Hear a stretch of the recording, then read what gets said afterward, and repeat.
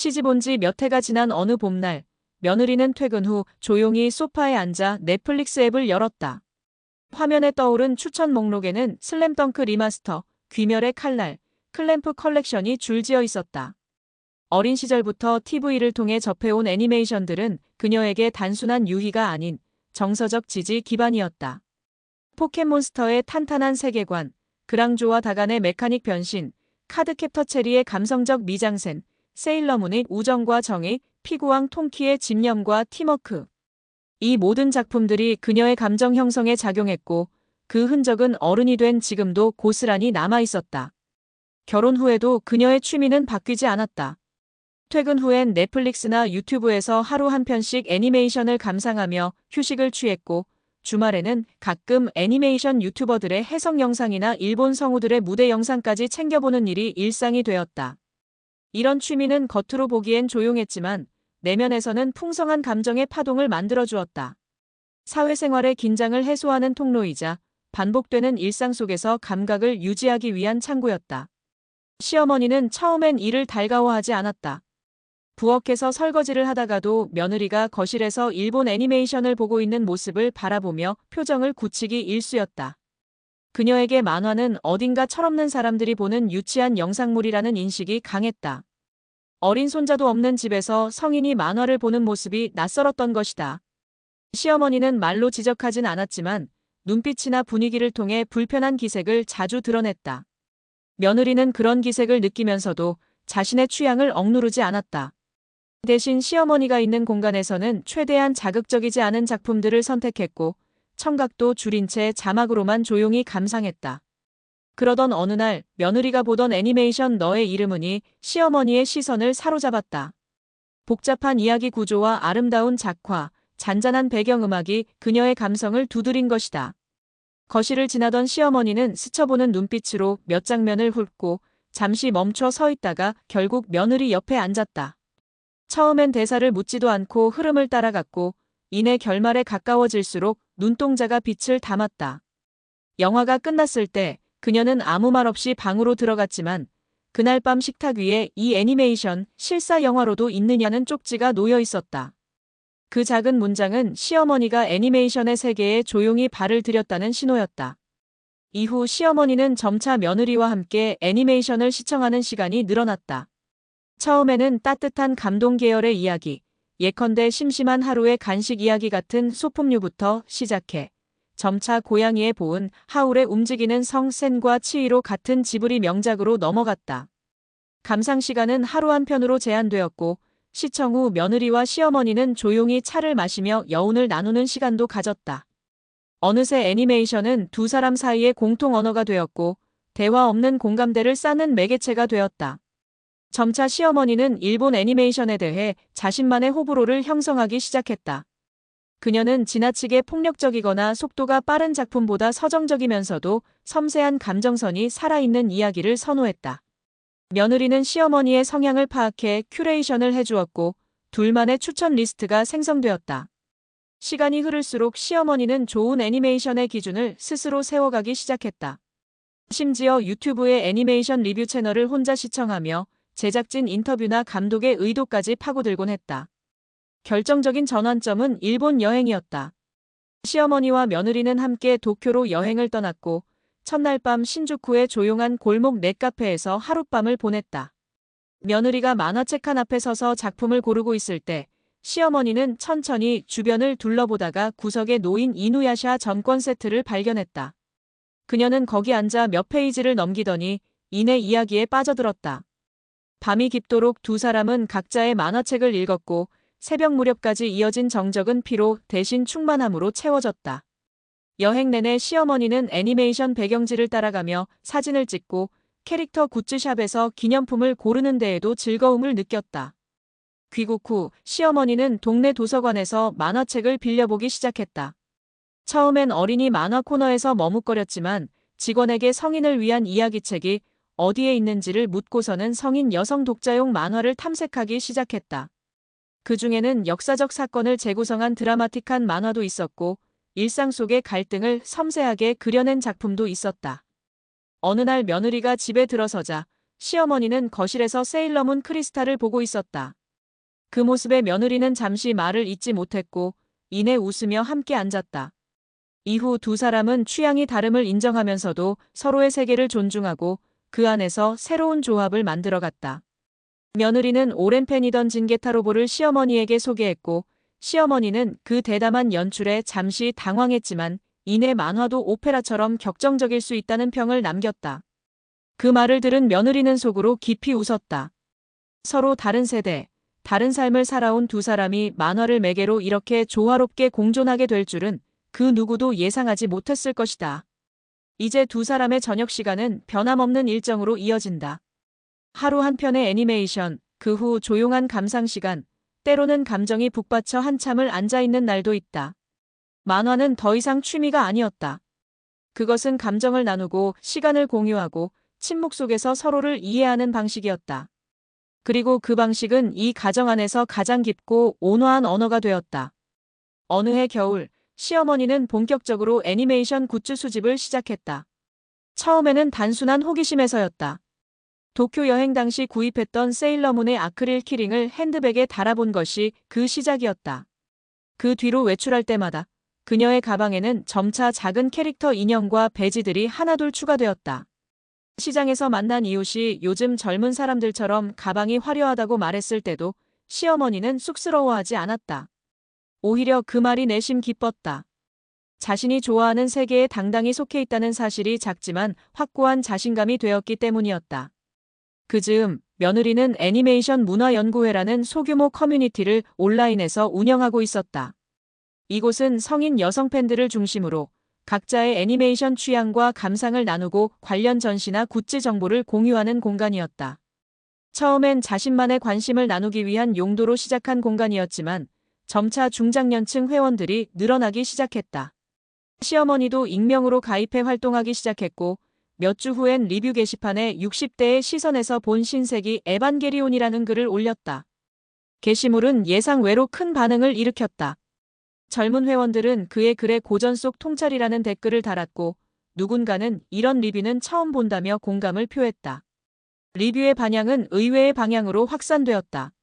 지역 커뮤니티 센터에서 열리는 디지털 세대 공감 강좌에서 시어머니가 애니메이션을 주제로 특강을 해달라는 요청이 들어온 것이다. 처음엔 고사했지만 며느리의 격려와 주변 회원들의 응원에 힘입어 그녀는 조심스럽게 무대에 올랐다. 강연 내용은 복잡하지 않았다. 자신이 어린 시절 자라온 시대의 매체 환경, 우울증을 겪으며 애니메이션을 처음 접하게 된 계기, 그리고 며느리와의 관계 변화에 이르기까지 모든 이야기가 하나의 흐름 속에서 이어졌고 청중들은 진지하게 귀를 기울였다. 그녀는 말미의 만화는 도피가 아니라 연결의 방식이었다라는 문장으로 강연을 마무리했다. 청중들은 박수로 화답했고 그날 이후 강연 요청이 잇따랐다. 강연 이후 시어머니는 방송국의 교양 프로그램에 초대되기도 했다. 세대 간 문화 공감이라는 주제 아래 며느리와 함께 패널로 출연한 자리에서 그녀는 겸손한 태도로 늦게 배운 즐거움이 더 깊다고 말했다. 방송 후 시청자 게시판에는 우리 어머니와 같이 보고 싶었다. 이런 삶의 변화는 참 따뜻하다는 반응이 이어졌다. 그녀의 경험은 어느덧 하나의 문화 사례로 자리 잡고 있었고 그 중심에는 며느리와의 조용한 동행이 있었다. 한편 두 사람의 일상은 여전히 소박하게 이어졌다. 주말이면 넷플릭스에서 함께 새로운 애니메이션 시리즈를 골랐고 때로는 애니메이션 영화 상영회에 나란히 참석했다. 전시회에 갈 땐 서로의 취향을 고려해 굿즈를 나누어 샀고 티켓이나 스티커 같은 작은 수집품을 앨범에 정리하는 것도 하나의 공동 취미가 되었다. 거실 책장 한쪽에는 이제 캐릭터 피규어들이 가지런히 놓여 있었고 창가에는 계절에 따라 애니메이션 테마 소품이 바뀌었다. 한때는 남의 집 이야기에 불과했던 오타쿠 가족이라는 표현이 이 집에서는 현실이 되었고 그 사실을 두 사람은 전혀 숨기지 않았다. 시어머니는 이후에도 꾸준히 애니메이션을 감상하며 일기를 썼다. 일기는 종종 리뷰로 바뀌었고 일부는 온라인 커뮤니티에서 공유되었다. 어느 해 겨울에는 그녀의 글 일부가 수록된 에세이집이 출간되기도 했다.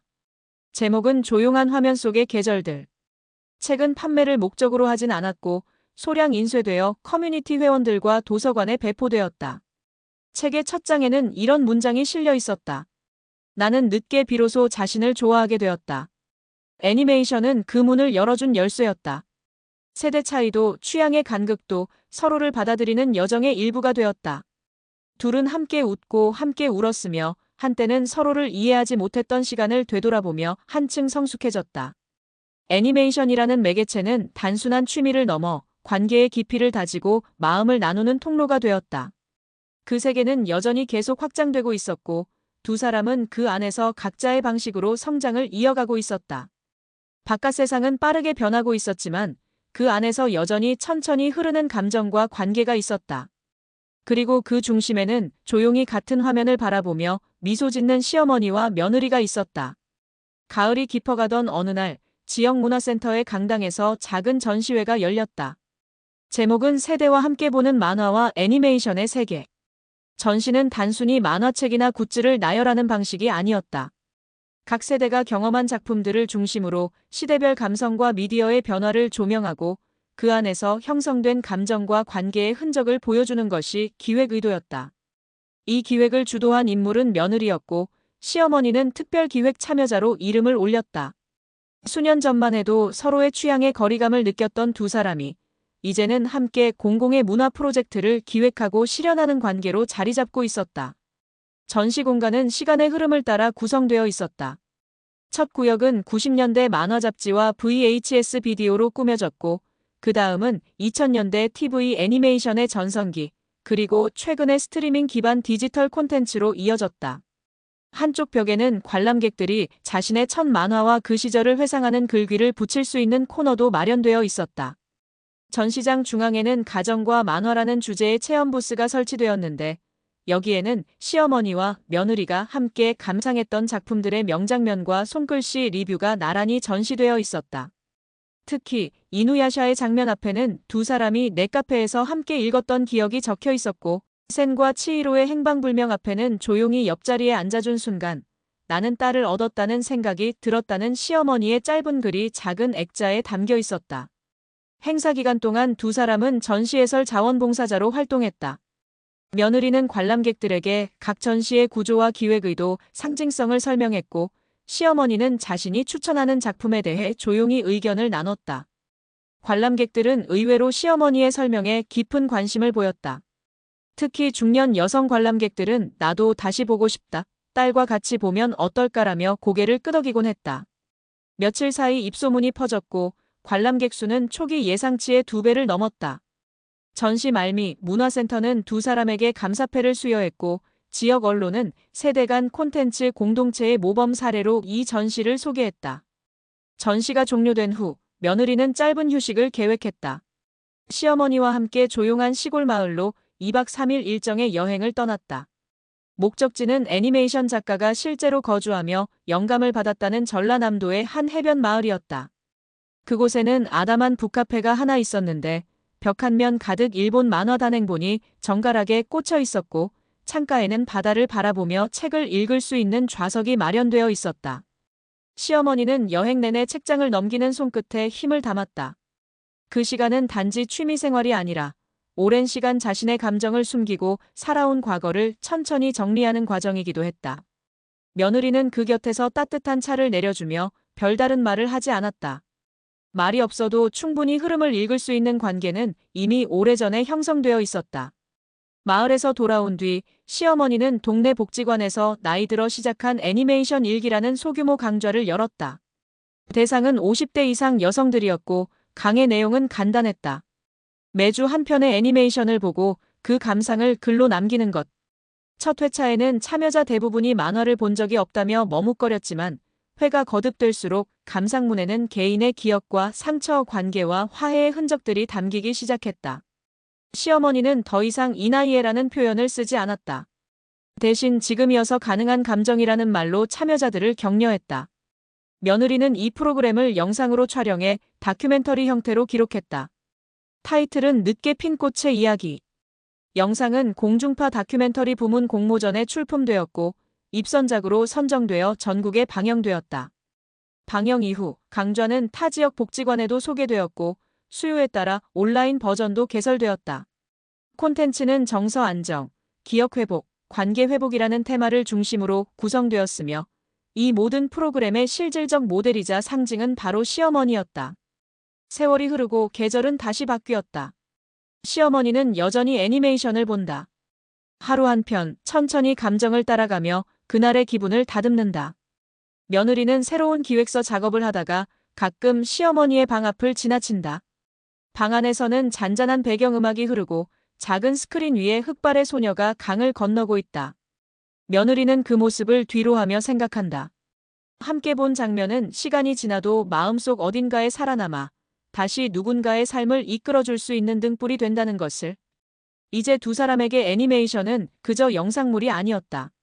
그것은 함께 나눈 수많은 계절의 기록이자 관계의 증표이며 마음의 언어였다.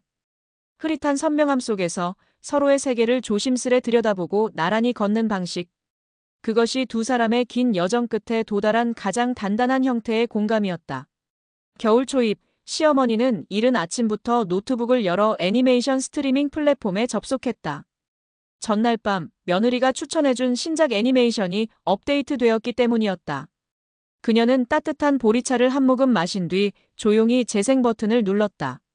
화면에는 잔설이 남은 도시의 골목길을 배경으로 한 장면이 펼쳐졌고 주인공 소녀의 내레이션이 낮게 깔렸다. 몇 년 전만 해도 애니메이션을 보며 눈시울을 붉히는 자신을 상상조차 할 수 없었지만 지금의 그녀는 이야기의 흐름에 따라 자연스럽게 몰입하며 감정을 드러낼 수 있는 사람이 되어 있었다. 며느리는 다른 방에서 화상회의를 마친 뒤 거실로 나왔다. 시어머니의 노트북 화면을 힐끔 본 뒤 무심히 식탁에 앉아 계획 중인 프로젝트 노트를 펼쳤다. 다음 주 문화센터에서 열릴 감정 읽기 애니메이션 감상회의 진행안이었다. 이 프로젝트는 두 사람의 경험을 바탕으로 기획된 것으로 고령층에게 감정 표현과 자존감 회복의 기회를 제공하는 것을 목표로 하고 있었다. 참가자들은 정해진 애니메이션을 시청한 뒤 각자의 감상을 글로 정리하고 마지막 시간에는 한 문장씩 낭독하는 방식으로 구성되었다. 시어머니는 강의 어시스턴트로 참여하며 참가자들의 글쓰기 과정에 동행할 예정이었다. 그날 오후 시어머니와 며느리는 문화센터를 미리 방문해 강의실을 둘러보았다. 작은 공간 한쪽 벽면에는 애니메이션 명장면들이 포스터 형태로 걸려 있었고 책상 위에는 필기용 노트와 펜이 가지런히 놓여 있었다. 며느리는 강의용 프로젝터의 화면 밝기를 조절했고 시어머니는 창문 너머로 들어오는 햇빛의 각도를 확인했다. 이 작은 세심함이 공간 전체를 감싸는 분위기를 결정할 것이라는 사실을 두 사람은 경험으로 알고 있었다. 첫 수업날 예상보다 많은 신청자들이 모였다. 대다수는 50대 이상 중년 여성들이었고 그중 일부는 애니메이션을 처음 본다는 사람도 있었다. 며느리는 프로그램의 목적이 단순한 감상에 그치지 않음을 설명했다. 이 시간은 각자의 내면을 돌아보고 정서의 움직임을 따라가는 훈련이라는 점을 강조했다. 수업의 첫 작품은 마루 및 아리에티였다. 참가자들은 헤드폰을 끼고 조용히 작품을 감상했고 시청 후 1시간 동안 감정 일기를 썼다. 시어머니는 각 테이블을 돌며 참가자들의 표정과 손놀림을 살폈다. 어떤 이는 조용히 눈을 닦았고 또 다른 이는 긴 글 대신 단어 몇 개만 반복해서 적었다. 몇 주가 흐른 뒤 수업은 점점 진전을 보였다. 참가자들은 점차 말수가 늘어났고 수업 시간 외에도 서로의 감상 노트를 교환하거나 추천 작품을 이야기하는 장면이 자주 목격되었다. 시어머니는 자신이 처음 애니메이션을 접했을 때의 당황스러움과 설렘을 떠올리며 참가자들의 변화에 자연스레 공감했다. 이들 중 한 명은 프로그램 종료 후 자원봉사자로 등록했고 또 한 명은 자신의 손녀에게 애니메이션을 추천하며 대화를 시작하게 되었다고 전했다. 감상을 통한 정서 소통이 단절되었던 세대 간 관계를 복원하는 데 기여하고 있었던 것이다. 봄이 오기 전 수강생 작품 발표회를 겸한 작은 전시회가 열렸다. 제목은 내 마음의 장면. 참가자들은 각자 인상 깊었던 애니메이션 장면을 엽서 크기로 인쇄해 그 아래에 감상과 개인적인 경험을 적어 붙였다. 시어머니는 클라나드의 한 장면을 골랐다. 가로등 아래서 주인공이 혼잣말을 하며 걷는 장면이었다. 그녀는 그 장면 아래에 짧게 적었다. 누군가 내 곁을 지켜주는 기분을 이제는 안다. 나도 누군가에게 그런 사람이 되고 싶다. 며느리는 조용히 그 글을 읽고 전시장 한쪽에 마련된 의자에 앉아 한참을 생각에 잠겼다. 전시회가 마무리되던 저녁 문화센터 복도에는 따뜻한 조명이 깔려 있었다. 참가자들이 하나둘 떠나고 전시물 정리를 하던 시어머니는 벽에 남은 마지막 엽서를 조심스럽게 떼어냈다. 며느리는 전시물 상자에 엽서를 차곡차곡 정리하며 말했다. 이 작은 카드 한 장 한 장이 사실은 누군가의 마음에서 꺼낸 문장이며 누적된 감정의 기록이라는 것을. 그 순간 두 사람은 말없이 시선을 맞췄고 그 눈빛 속엔 수년간 쌓아온 공감과 연대의 감정이 조용히 흐르고 있었다. 이후로도 두 사람은 변함없이 매일 한 편씩 애니메이션을 보았다. 계절에 따라 작품의 색감과 이야기를 달리 골랐고 감상이 끝난 뒤에는 간단한 기록을 남기는 습관을 유지했다. 집 안에는 작은 기록장이 하나씩 늘어났고 거기엔 작품 제목과 함께 오늘의 기분이라는 항목이 있었다. 시어머니는 그 항목 아래 자주 조용함, 따뜻함, 살아있음 같은 단어를 적었다. 며느리는 그런 기록을 모아 언젠가 한 권의 책으로 엮을 계획을 세웠다. 이제 애니메이션은 그들에게 취미가 아니었다.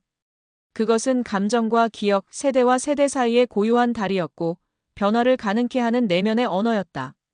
흘러가는 화면 속 장면은 사라졌지만 그 여운은 오래도록 마음에 머물렀다. 두 사람의 삶은 그렇게 화면 너머의 풍경처럼 조용히 연결되어 가고 있었다. 여름의 끝자락, 무더위가 잦아들고 늦은 장맛비가 그친 어느 날, 시어머니는 오래된 책장 정리를 시작했다. 책장 안에는 수십 년간 모아둔 요리책, 건강 잡지, 종교 서적들이 빼곡하게 들어차 있었다. 먼지를 털며 책장을 하나하나 꺼내던 중, 그녀는 하단 구석에서 낯익은 얇은 책자 몇 권을 발견했다. 그것은 과거 손자에게 사주었던 학습용 만화책들이었고, 표지가 발해 있었지만 여전히 선명한 색채를 간직하고 있었다. 시어머니는 잠시 자리에 앉아 그중 한 권을 펼쳤다.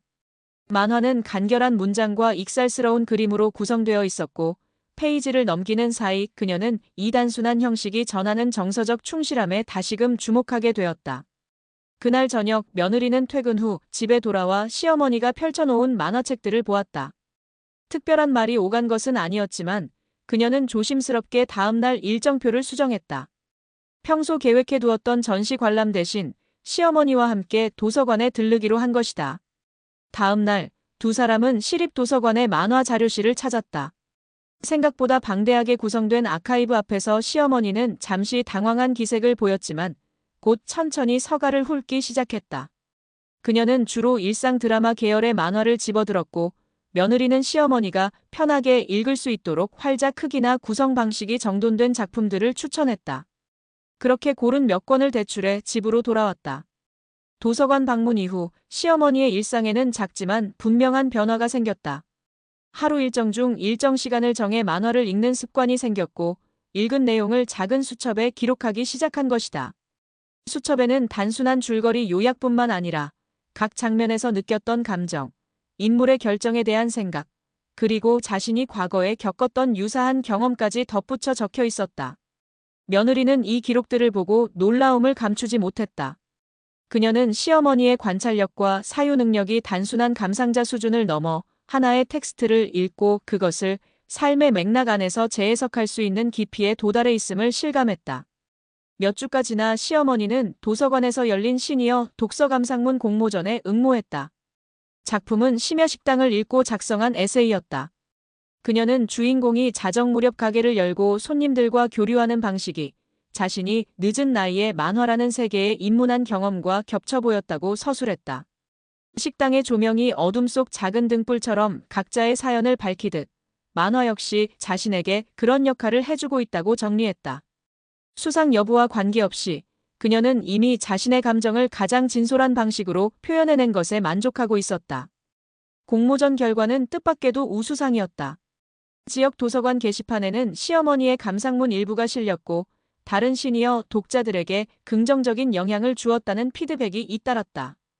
그 무렵부터 도서관은 시니어 전용 만화 독서 프로그램 개설을 검토했고 자연스럽게 시어머니는 자문 역할을 맡게 되었다.